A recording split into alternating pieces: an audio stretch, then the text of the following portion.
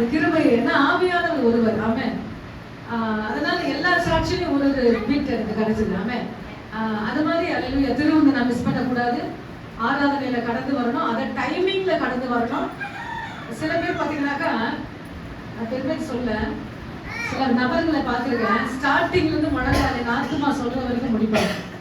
என்னால முடியாது நீங்க சொல்லலாம், நீங்க சொல்றதை காதல கேட்கு கொஞ்ச நேரம் கொடுக்கலாமே.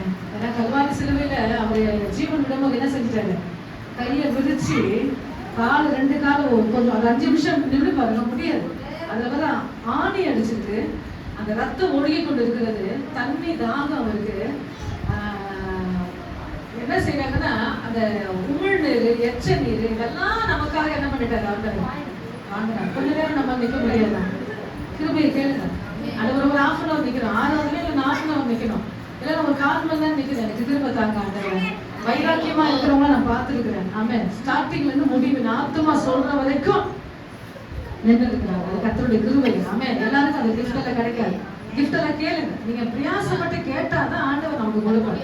அதுதான் நல்ல தீர்மானங்கள். புதிய ஆண்டுக்கு போகும்போது எடுக்க. 2வது நான் சொன்னேன் அழுங்கள். என்னது அழுங்கள்? யாருக்காக அழணும்?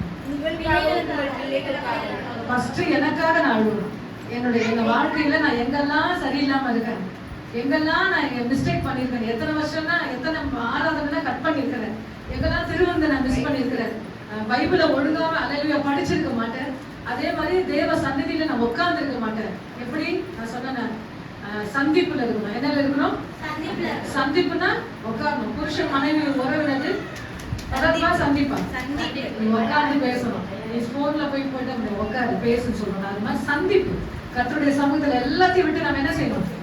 சந்திக்கணும். ஆமென். அது மாதிரி அல்லேலூயா அழுங்கள். நமக்காக நம்ம எங்கெல்லாம் மிஸ்டேக் பண்ணன்னு சொல்லி 31ஆம் தேதி வரைக்கும் நல்லா ஸ்திரப்படுத்தி தேவ சமூகத்தில் அதிகமா அழுது பாருங்க. புதிய ஆண்டுல கர்த்தர் மகிமையா நிறுத்துவாங்க.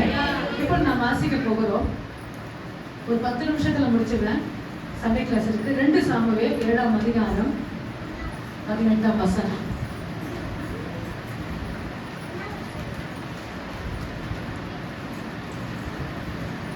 ஏழாம் அதிகாரம் 2 சாமுவேல். யார் வேணாலும் வாசிக்கலாம். வாசிக்க 2 சாமுவேல் 7ஆம் அதிகாரம் 18. அப்பொழுது தாவீது ராஜா உட்பிரவேசித்து கர்த்தருடைய சமூகத்தில் இருந்து, கர்த்தராகிய ஆண்டவரே, தேவரீ எனக்கு இதுவரைக்கும் கொண்டு வந்ததற்கு நான் எம்மாத்திரம், என் வீடும் எம்மாத்திரம். நான் எம்மாத்திரம், என் வீடும் எம்மாத்திரம். ஆமென். இந்த இடத்துல நல்ல ஒரு உரையாடல். முதல் வசனத்தில் நீங்க வீட்டுல போய் வாசித்து பாருங்கன்னா, அந்த முதல் வசனத்துல முடிவடையுது, அவன் தன் வீட்டிலே வாசமா இருக்கையில். என்னது? அவன்னா எவன்? தாவீது. தாவீது தன் வீட்டிலே வாசமா இருக்கையில நாத்தான் தீர்க்கதரிசியை கொண்டு ஆண்டவர் பேசுகிறார். நாத்தான் தீர்க்கதரிசியை கொண்டு ஆண்டவர் பேசுகிறார். இன்னொரு சின்ன சாட்சி நான் சொல்ல மறந்துட்டேன். காரணியா குறிச்சு எந்த ஒரு பாட்டு எடுக்கணும்னு சொல்லி நான் செலக்ட் பண்ணவே இல்லை. ஆனா டீச்சர்ஸ் எல்லாம் சும்மா பாட்டெல்லாம் எடுக்கிறாங்க, ஆக்ஷன்லாம் சொல்றாங்க, எல்லாமே பண்றாங்க. ஒரு தனித்துவத்தை நான் பார்த்தேன். அப்போ நான் இந்த ஃபாஸ்டிங் ப்ரேயருக்கு வரும்போது அந்த காக்கா பாட்டு, எனக்கு அந்த பாட்டுக்கு ஃபுல்லாவே தெரியாது, சும்மா ஓரல் ஸ்டார்டிங் வரி மட்டும் தான் தெரியும். அப்போ அந்த காக்கா பாட்டை இறுதியில் ஆண்டவர் வச்சேன். இந்த பிள்ளையை கொண்டு இந்த பாட்டை பாடினா ரொம்ப நல்லா இருக்கும் சொல்லி உண்மையாகவே உபவாச ஜபத்தில் வந்து நான் வண்டி ஓட்டு வரும்போது நான் தீர்மானம் பண்ணிட்டு நான் இங்க உட்காந்துருக்கிறேன். உட்காந்து அந்த பாட்டுல தான் எனக்கு கவனம் போது. அவளை முகத்தை வந்து அவன் முகம் என் கண்ணில் தெரியும். உபவாச ஜபத்துக்கு அந்த பிள்ளை வரத்துக்கு சம்மதமே இல்லை. ஃபாஸ்டிங் ப்ரேயர்ல வரவும் மாட்டான். என் முகம் தெரிஞ்ச உடனே கண்ணை மூடி நிமிர்ந்து பாக்குறேன், வாசல கடகடன்னு ஓடி வரும். யாரு? காரணம் ஓடி வர. அன்னைக்கு என்னைக்கு ஆண்டவர் எனக்கு வச்சாரோ அதுல ஓடி வர காயத்ரி விஷயத்தை அதை குறிச்சு நான் ஷேர் பண்ணேன். அப்ப அந்த பாட்டை நீங்க கவனமா பாடணும்னு சொன்னேன். எல்லாரும் சாதாரணமா தான் அந்த குழந்தைய பார்த்தாங்க. அந்த ஆக்ஷன்ல அதுல ஒரு ஜில்லுன்னு வரும். என்ன வரும்? யாருக்கும் டீச்சர்ஸ் யாரும் கவனிக்கல, எனக்கு ஆண்டவர் அதை வச்சார். அதுல ஜில்லுன்றது வந்து ஜில்லுன்னு இவங்கள சும்மா சாதாரணமா பார்த்தாங்க. அவன் மட்டும் அந்த ஜில்லுன்னு வந்து குளிர் காயில மாதிரி பண்ணாங்க. அவங்க அம்மா கூட பார்த்துருக்கலாம், ரசிச்சிருக்கலாம். நானே ரசிக்கிறேன்னா அப்போ எப்படி இருக்கும்? அப்ப நான் எல்லாருக்கும் சொன்னேன், எல்லா டீச்சர்ஸுக்கும் அவ ஜில்லுன்னு பண்றத பார்த்தா அதான் ஹைலைட். அதே மாதிரி இந்த ஆக்ஷன்ல பண்ணா. ஏன்னா ஆண்டவர் வச்சாருன்னா, ஒரு நபரை குறித்து வச்சாருன்னா இருந்ததுல கர்த்தர் அதுல மாற்றமே இல்லை. ஹalleluya, praise the Lord. தேவனாய் கர்த்தர் பெரியவர், அற்புதமானவர், அதிசயமானவர். அதே மாதிரி இந்த வெள்ளிக்கிழமை வண்டியில டிராவல் பண்ணிட்டு சாய்க்காக ஒரு சின்ன ஜெபத்தை, சாய்க்காக நான் அதிகமா 2 பேருமே ஜெபம் பண்ணுவோம். அதுல வண்டியில வரும்போது பிள்ளையை நான் கவனத்துல வைக்கும் போது அவன் சிரிச்ச முகம் முன்னாடி வந்து நிக்குது. சாய் வந்து சிரிச்ச முகமா நிக்கிறான். அவனா எப்போ ஒரு டைம் தான் ஃபாஸ்டிங் வருவான், அடிக்கடி வரமாட்டேன். ஏதோ ஒரு 2-3 நாள்ல வந்து நிற்பான். நான் உள்ள வந்து நிக்கிறேன், பைபிளை கையுமா தெவரா சிஸ்டர் பக்கத்துல உட்காந்துருக்கேன். பைபிளை வச்சுட்டு, அப்போ சிஸ்டர் சர சிஸ்டர் கூட வரல, பைபிளை வச்சுட்டு அவங்க பக்கத்துல உட்காந்துருக்கேன். நான் சொன்னேன், இவனை குறிச்சுதான் நான் பார்த்தேன் சிஸ்டர் சொல்லி தெவரா சிஸ்டர். ஏன்னா ஒரு காரியத்தை ஆண்டவர் செய்வாரானா, எதுக்கு இந்த பிள்ளைகளை குறித்து எனக்கு காண்பிக்கிறேன்னு எனக்கு தெரியாது. ஆனா வருங்காலங்களில ஒரு வித்தியாசமான காரியங்களை வாசிப்போம். அந்த 7ஆம் அதிகாரம் முதல் வசனத்துல முடிவடையும் போது, அவன் தன் வீட்டிலே வாசமா இருக்கையில், இப்ப சொல்றாரு, அப்பொழுது தாவீது ராஜா உட்பிரவேசித்து கர்த்தருடைய சமூகத்திலிருந்து, கர்த்தராகிய ஆண்டவரே தேவரீர் என்னை இதுவரைக்கும்னா இந்த ஆண்டு முடிவு பாருங்க. அவர் ஸ்டார்டிங்ல இருந்து சொல்றாரு. நம்ம சொல்லணும், ஆண்டவரே இந்த ஜனவரியில இருந்து இந்த டிசம்பர் முடிக்க போறேன், இதுவரைக்கும் என்னை கொண்டு வந்ததுக்கு நான் ஏமாத்தேன், என் வீடு ஏமாத்தேன்.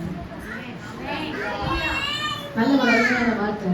தாவீது ராஜா சொல்றாரு, நான் ஏமாத்துறோம், என் வீடு ஏமாத்துறோம். ஆண்டவர் சொல்றாரு தாவீதை பத்தி, அப்படி சொல்றாரு அதிகாரத்துல.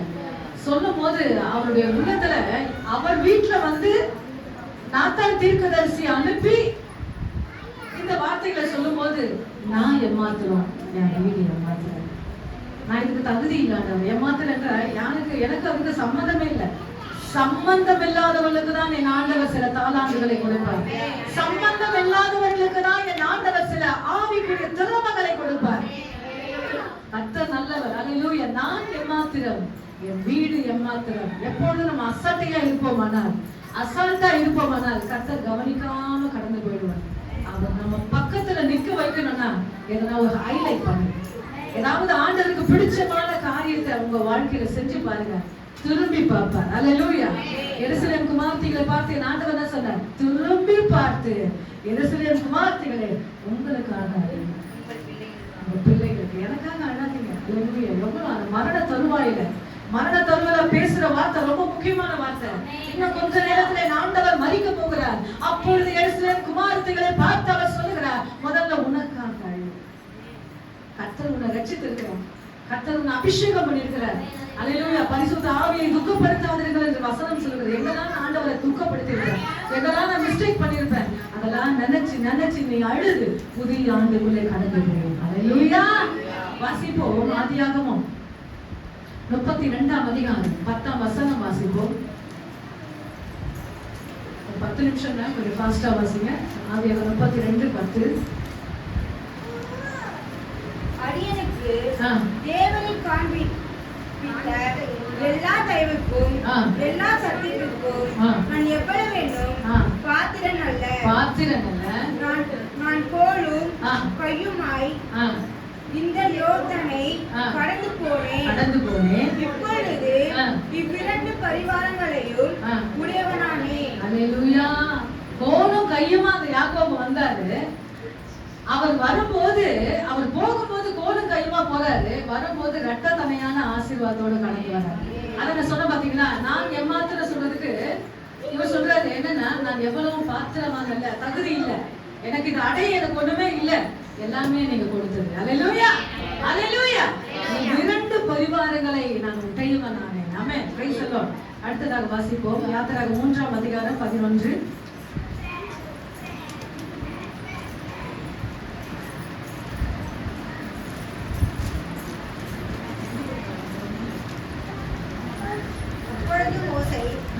தேவனை நோக்கி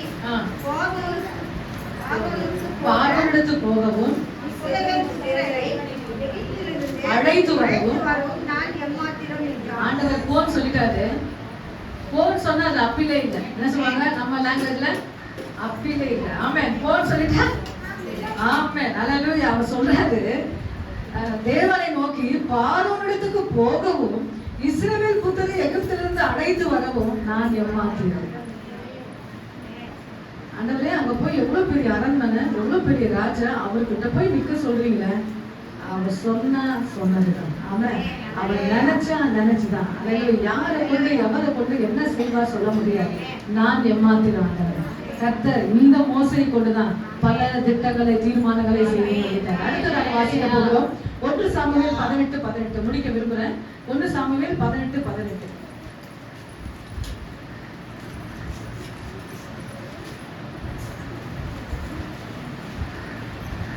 அப்பொழுது தாவீது சவுலை பார்த்து, ராஜாவுக்கு மருமகனாகியதற்கு நான் எம்மாத்திரம், என் ஜீவன் எம்மாத்திரம், இஸ்ரவேலே என் தகப்பன் வம்சமும் எம்மாத்திரம் என்றான். ஆமென். சவுல் என்ன சொல்லிட்டாரு, என் பொண்ணை உனக்கு கொடுக்கற சொல்லிட்டாரு. தாவீது ரொம்ப சின்ன தாவீது தான், ஆடு மேய்க்கிறவர் தான். அப்ப அவர் சொல்றாரு, நான் உமக்கு மருமகன் ஆகிறதுக்கு நான் எம்மாத்திரம், என் ஜீவன் எம்மாத்திரம், இஸ்ரவேலே என் தகப்பன் வம்சம் எம்மாத்திரம். கர்த்தர் எவரை கொண்டு என்ன காரியம் நடப்பிப்பார் என்று நாம் சொல்ல முடியாது. ஆனா நம்முடைய விஷயத்துல நாம் சரியா இருப்போமானால், கர்த்தருடைய விஷயத்துல நாம் கவனமா இருப்போமானால் எங்க நிறுத்துவார்னு சொல்ல முடியாது. ஆமென். ஆனா எந்த விஷயத்துல கவனமா இருக்கணும்? இந்த வேத விஷயத்துல தானியேல் எப்படி இருந்தாரு? உண்மை உள்ளவனா இருந்தாரு, குற்றம் சாட்ட ஒண்ணுமே இல்ல. வேத விஷயத்துல அவனை குற்றம் பிடிக்கலாம். என்ன பண்ணிட்டாங்க? வேத விஷயத்துல குற்றம் முடியாது. 30 நாள் ராஜாவை வணங்கணும், வேற எதுவுமே வணங்க கூடாது. தரியு ராஜா கையெழுத்து போட்டார். கையெழுத்து போடப்பட்டிருந்தது அறிந்த போதிலும் தான் முன் செய்து வந்தபடி பலகணிகள் திறந்திருக்க தினம் 3 வேளை ஜெபம் பண்ணினார். ஒரு தைரியம். கர்த்தருடைய சமூகத்துல பாத்தீங்கன்னாக்கா எத்தனையோ பேர் தைரியம் இல்லாம வருவாங்க. சில பேர் நிறைய பேர் பாஸ்டர்ஸ் சொல்றீங்கன்னாக்கா, பாஸ்டர் சாட்சி நான் கேட்டுக்கிறேன், ஃபேஸ் டு ஃபேஸ் என்னால பார்த்து பேச முடியாது. என்ன பார்த்து? முகத்தை பார்த்து முகத்தை என்னால பேச. அப்படிப்பட்ட என்ன ஆண்டவர் உங்க எல்லாருக்கும் கர்த்தருடைய வார்த்தை பகிர்ந்து கொடுக்க கர்த்தர் உதவி செய்திருக்கிறார். அல்லேலூயா, அல்லேலூயா. ஊழியத்தினுடைய அவங்க அப்பா அம்மா ஒரு ஊழியத்துக்கு ஒரு பிள்ளையை ஒப்பு கொடுத்தாங்களாம். நடந்த சாட்சி. ஊழியத்துக்கு ஒப்பு கொடுத்த உடனே பாஸ்டர் சொல்லிட்டாராம், இந்த வாரம் நீ வந்து செய்தி கொடுத்ததுன்னு சொன்னாராம். அப்ப அவருக்கு செய்தி கொடுக்கவே தெரியாதான். அப்ப என்ன பண்ணிட்டாருன்னா, செய்தி கொடுக்க அவர் வந்து ஒரு வசனத்தை வச்சு பேச ஆரம்பம். அவருக்கு அந்த வசனம் புரியல. யாருக்கு வசனம் புரியல? எடுத்தவருக்கு என்ன செய்ய முடியல, வசனம் புரியலையா. அப்ப அவரு கடைசியில் சொன்னாரா, இந்த செய்தி மூலமா யார் ரட்சிக்கப்பட்டீங்கன்னு சொன்னாங்க. என்ன சொன்னாருன்னா, ஒரு 1-2 என்ன பண்ணலாம், கை தூக்குனாங்க. அந்த செய்தியிலேயே அல்லேலூயா, அப்பளோ ஒரு அல்லேலூயா. அவருக்கே அது வித்தியாசமா இருக்குமானா கர்த்தருடைய வல்லமை எப்படி இருக்கும் நினைச்சுக்காங்க. அதுதான் ரொம்ப முக்கியம். எவரை கொண்டு யாரை கூட தான் எவரையும் மேன்மைப்படுத்தவும் பலப்படுத்தவும் என் கரத்தினால் ஆகும். ஆமென். கர்த்தருக்கு பாடல நல்ல வாய்ப்பு கிடைச்சது. வாய்ப்பு நீங்க மிஸ் பண்ணல, யாருமே மிஸ் பண்ணல. சுமதி அம்மா மிஸ் பண்ணிட்டாங்க. ஒரு சின்ன சாட்சி சொல்லிருக்கலாம், பிரகாஷம் சொல்லிருக்கலாம். இந்த வாய்ப்புலாம் நமக்கு கிடைக்காதுங்க, இனி ஒரு நாட்கள்ல கிடைக்காது. ஆமென். கொடுக்கிற வாய்ப்புகளை அல்லேலூயா நீங்க சரியாய் நீங்க பயன்படுத்திக் கொள்வீங்க. நிச்சயமா கர்த்தர் உங்களை ஆசீர்வதிப்பார். நம்ம அப்படியே முழங்கால் படிடுவோம். தேவ சமூகத்துல எல்லாரும் முழங்கால் படிடுவோம். ஆமென்.